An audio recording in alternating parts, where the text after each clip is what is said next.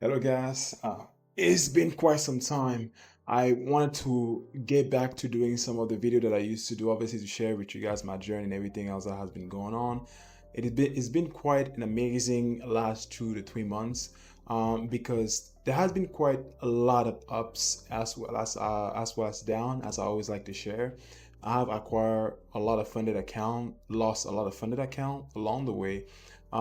Probably made an additional 15 to 20,000 in between the last 2 to 3 months, um, so far, and I have pretty much trying to put my focus heavily on trying to build a live account on the side, as well as doing a little bit of mentoring as well. Because since my very first few videos that I have done, some people have reached out to me personally to essentially probably being helped, and along the way I think that have helped me tremendously perfect my approach to the market in terms of analyzing it and even developing specific concept that made my trading process even more robust. So in regards to the trading journey videos, I realized one thing as well, is that trying to have a schedule and trying to commit to that with everything that I have going on, because I don't just trade, has been very, very tough. So I'm trying to figure out a new schedule that I would like to put together that can allow me to be more consistent with some of the videos that I've released. On social media, I have been probably more consistent more than anything else besides YouTube. I have been heavily posting on Twitter and as well as on Instagram, probably more often than YouTube. But besides that, guys, today I wanted to do a video precisely on trading plan, because in the last 2 to 3 months, one of the things that I have realized that have helped me tremendously is putting together a really, really good trading plan is crucial in order for you to be able to build consistency. So within this video, I wanted to talk about 5 key points that I think are important when building your trading plan. And I hope by the end of this video, you are able to build a robust trading plan when it comes down to kind of your strategy, whether you're a scalper, whether that's your swing trader, regardless of your approach to the market. I hope this video is able to enlighten you and bring you to the right path. So point number one, and this is actually something that have helped me tremendously when building a trading plan. When building a trading plan, the first thing that you need to make sure that you have is conviction into that in that plan. So for example, over the last maybe like 8 months, give or take, probably the first part of the 8 months, last 8 9 months, give or take, I didn't really have conviction in my trading strategy. I really lacked confidence and courage to actually taking shots in the market. And I think one of the main reasons was because I didn't spend enough time in the live market, or as much time as I should have spent in the live market.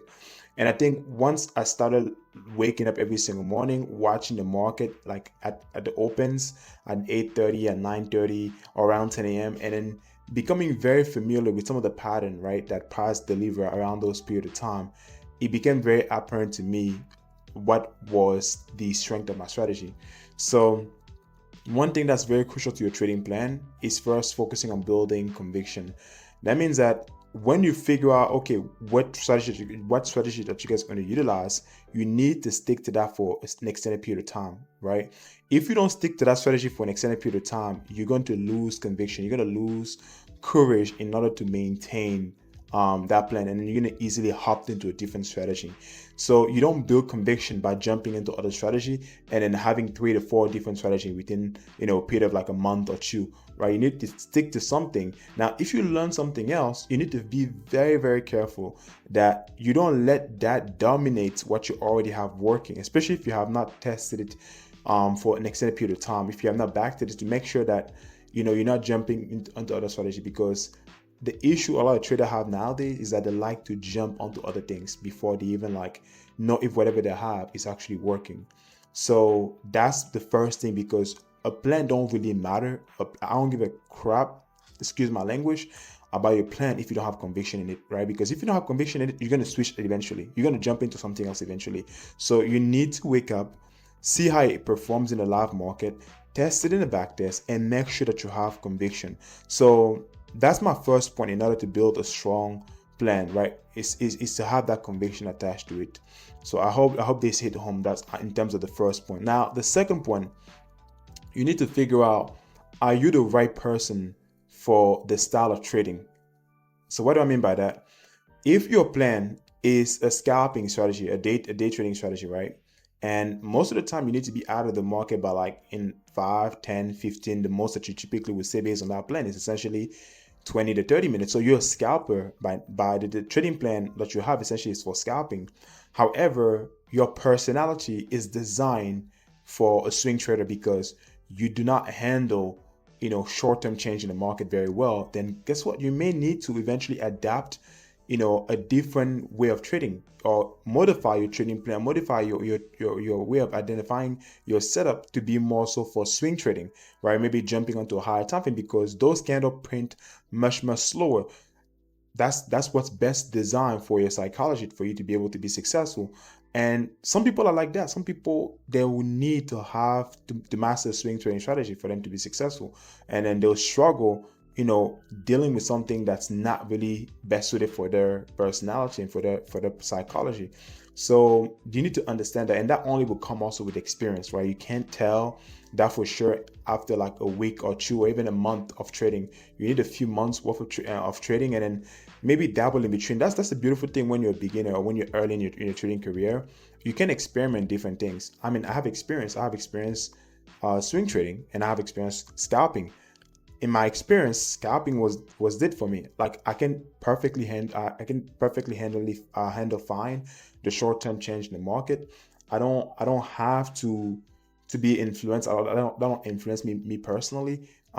Seeing the market move sporadically in the moment, in like around open or right around like 10 a.m., like when we get volume typically kicking into the market, that doesn't really impact me that much now. But I think it's something that I had to grow into. And in the beginning, I was not okay with it. But I can tell you one thing for sure: swing trading was not it for me, right? I tried it, and then I just couldn't handle the long-term change of the market. The longer I stay in the trade, the more I change my mind, the more I want to sometimes micromanage it or come back and change certain things.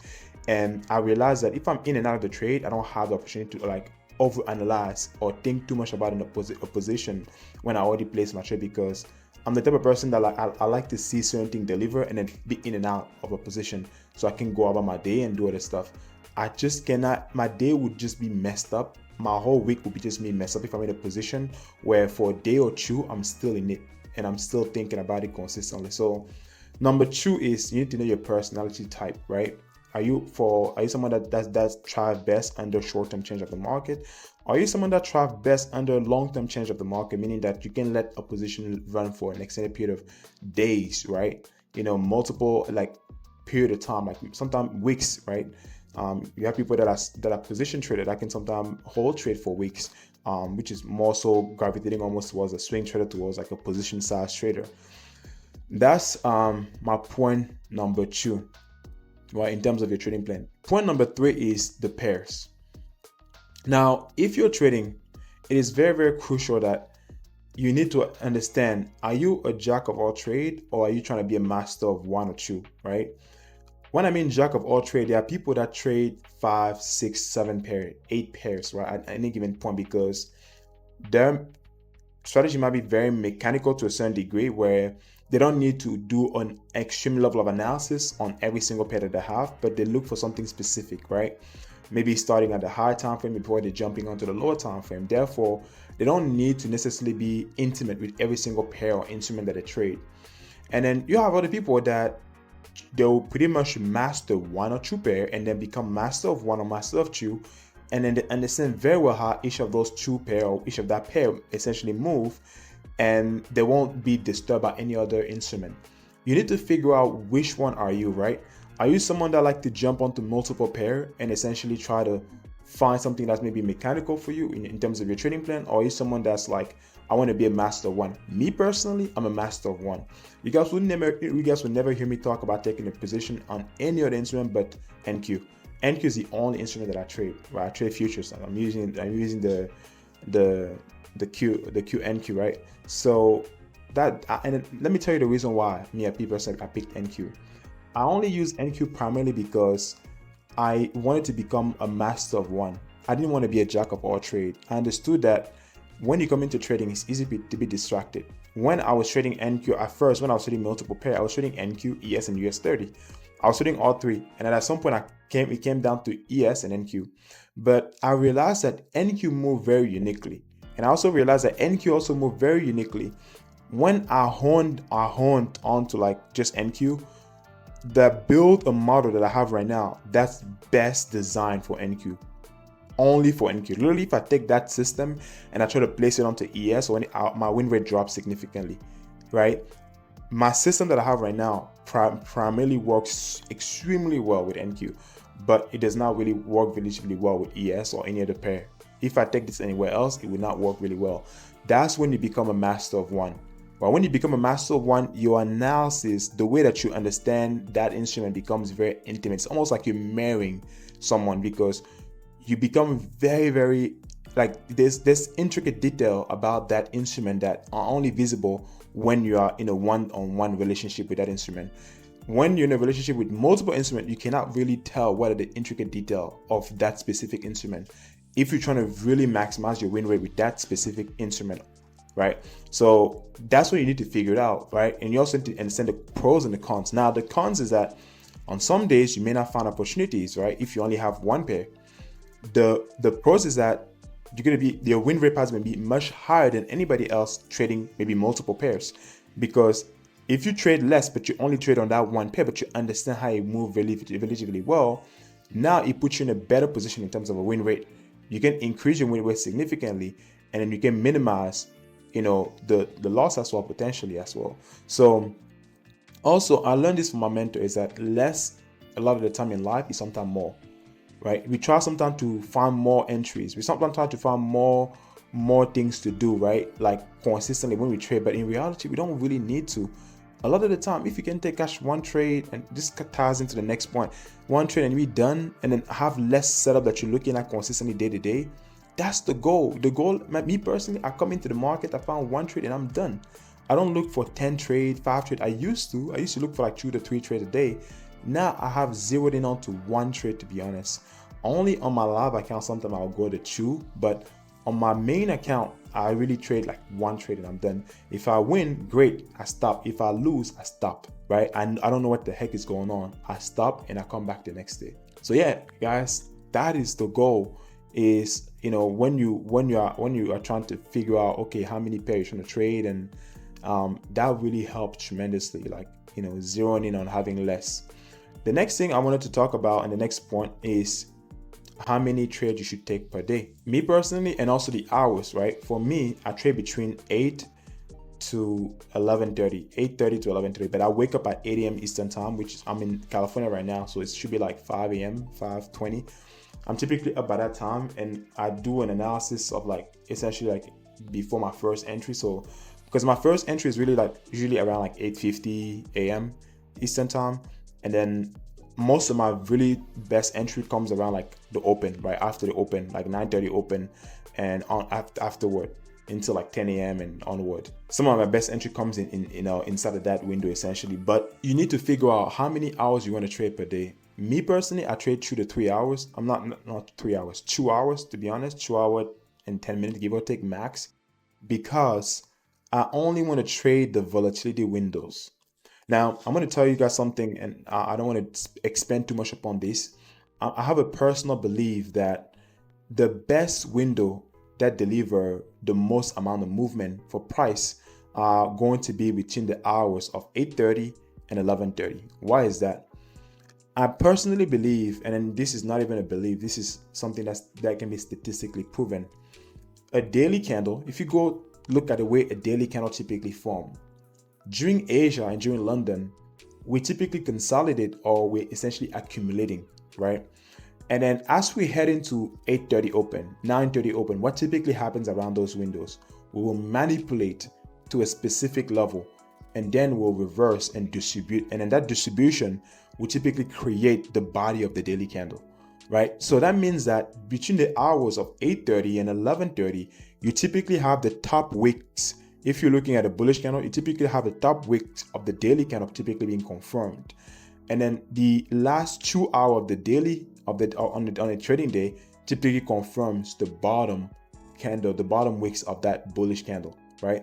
So that means that if you really want to catch the real reversal, the best reversal, right, for any trading days, For me personally, I only need to look at the hours around the opens, right? 8:30 and 9:30. So an hour after 9:30 is 11. I'm sorry, 2 hours after 9:30 is 11:30. So essentially, like those 2 to 3 hours is essentially the best window, in my personal opinion, for trading. So I don't need to look at anything in between, like that AM open, that AM window that I just gave you guys, and then PM, right? And now, if for some other people, if you want to trade PM, personally, I believe 2 to 4 is going to be the best time, because that's typically when you're going to see the real reversal or the real continuation for forming and confirming that bottom wick, that bottom part of the daily candle, or the top part of the daily candle, if you're looking at a bullish candle, for example, or bearish candle, depending on what you're looking at. So that's the reason why I designed my trading plan the way I designed it, because I want to trade 2 to 3 hours and be done for the day, and then move on, document my trade, record everything that I have done, record my emotion, and then move on with my day, and not be thinking about trading all day long. I can focus on other things. Now, have a community that I'm building and a bunch of other things, real estate or whatever that may be. I can move on. The people that will have a hard time succeeding in trading is the people that are trying to trade all day long. They're trying to trade 5 hours, 6 hours, 7 hours, and they're trying to catch every single opportunity the market has to offer. First of all, you do that, you're going to burn out. And then you're going to start seeing more opportunity than you need. And you're more prone to big mistake that can lead for you blowing your account. When you become really good at trading, when you have a really consistent strategy, the biggest thing is psychology. So if your trading plan is not baked in the way that you're in psychology, in a little bit of your trading plan should have some element of psychology restraint attached to it, right? Where it should help with the psychology process. But if you allow for a huge, no restriction in your trading plan for your way that you trade, you're going to find yourself having to, trying to overcompensate for those lack of restriction in other area, right? So maybe because you overtrade and you over leverage at some point, then you think that you need to increase your win rate for some reason, or tweak your trading plan, or maybe remove certain type of setup. You're going to try to fix it by touching onto things that does not need to be fixed, essentially. And that's where you go into a spiral, and you go into a cycle where you never really fix what's actually need to be fixed, because the issue is not your trading strategy. It has nothing to do with that. It's just psychology that has an issue with, right? Fixing your trading plan so you can help put more restriction on your psychology, so you're not looking at the market all day long. So that's the fourth point. I hope that hits home, like having, heavy focus on keeping a restriction upon that. And last but not least, and this might be a bonus, I'm not sure if I already gone to all the 5 points. But last but not least, in terms of building a really, really robust trading plan, is continuous backtest. And this kind of ties into the first point, but you need to continuously backtest. Continuously backtest for this specific reason, to collect data. You need to continuously backtest in all the years, like maybe go for 5 years ago, 4 years ago, and then build data. The reason why you want to do that is that you want to keep optimizing your trading plan. And if you keep doing that, I promise you, you're going to be able to find a way to always optimize your trading plan in a very, very rational and healthy way. There is an irrational and an healthy way of essentially optimizing your trading plan. The irrational way will essentially mess you up mentally, because if you irrationally trying to improve your trading plan without any sort of data, what's going to happen is that you're going to make change that have no basis for the change to be made. For example, if you go to a 2 weeks span where you have a 50% win rate, or you have a 30% win rate, and let's say your average risk to reward is, let's say, 1 to 2 or 1 to 1.5, and because of that period of time, you start thinking maybe you need to tweak your trading plan, you might be messing up your whole game plan, because that period of time might simply be a wave where you go through losses, and that's all. And if you had enough data of at least a year or two, you could have seen that, oh, there are certain weeks I go through and I actually have a pretty bad win rate. But over a year period of time, if I trade consistently, I have a 400% growth on my account. But there's going to be weeks where I go through losing streak. There's going to be a 2 weeks period of time, sometime when I go through losing streak throughout the year. I have 4 instances of that happening. I'm like, this might be one of those instances. And I just got to wait at those losses and then keep going. You need to understand that if you have enough data, it helps kind of tie into the conviction, but most importantly, it helps you properly optimize your trading plan. With that said, that's really all. I really hope this helped, you designing your trading plan and then over time continuously optimizing and making it better. But this is what I have done personally to optimize my plan over time and then get it to the point where I'm at right now. And I'm going to keep making videos similar to this to share about things that I have learned over the last 2 to 3 years in my journey as a trader, and to where I'm at, and what have led up to me being here. Guys, if you guys have any suggestion in terms of what you would like to see in the future videos, please let me know in the comment section down below, and I'll be sure to check it out and take recommendation. I have nothing else to share today. I'm going to be making more and more video and probably more consistently. And yeah, I'm definitely back. And this time around, I'm going to try my best to be more and more consistent. One last thing I would like to share is that I recently started a community, and my strategy that I essentially have been utilizing and I have essentially perfected, it is an ICT based strategy plus a structure based strategy combined. To be honest, over the last 12 to 14 weeks, my win rate purely based upon just proper execution has been anywhere between 72% to 82% on average. On certain weeks, I have had an 86% win rate. And some week, there's a very few weeks where I have had like almost like 90 to 95%. In backtest data, where I have backtest for at least 6 years, I have at least 6 year worth of data with my strategy and backtesting. It has been averaging anywhere between like 72 to 75%, give or take. On the low end, it has been about 68% in the backtest data. Now, some of the data might be inaccurate, which is why maybe the correlation might not be as accurate. And I've always have a hard time doing really, really good backtests, because when I trade in the live market, I'm more in tune with the current world information or fundamental going on. So I'm more in tune with what's going on, and I think that's probably why my win rate is better in the live market or currently trading forward testing or forward trading. So if you guys would like to learn about what I'm currently doing, would like to take advantage of that, I have created a community also for the last 2 to 3 months. One of the reasons why I was not heavily on YouTube was because I was working heavily to put together the community together, and now I can, and also focusing on the people that was in there. So I have helped a lot of people essentially that have come to me. I have currently a lady that's been working with me for quite some time, and currently helped her take a live account from $4,000 to $14,000, and still scaling. So she's currently working 9 to 5, and she's only trading the last hour of the day, which is power hour.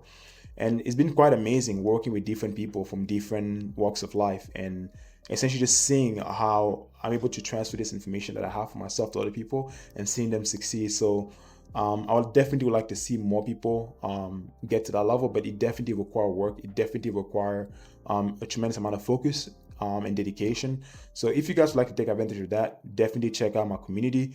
I'm not saying that I'm the best out there. There's definitely improvement I can always make and improve upon, but I do believe that everything that I have in there can definitely help someone get to the point where they're consistent and they can either duplicate or get as close to doing what I'm currently doing right now. With that said, guys, that's all I have to share for today. I'll see you guys in the future video. Until next time, take care.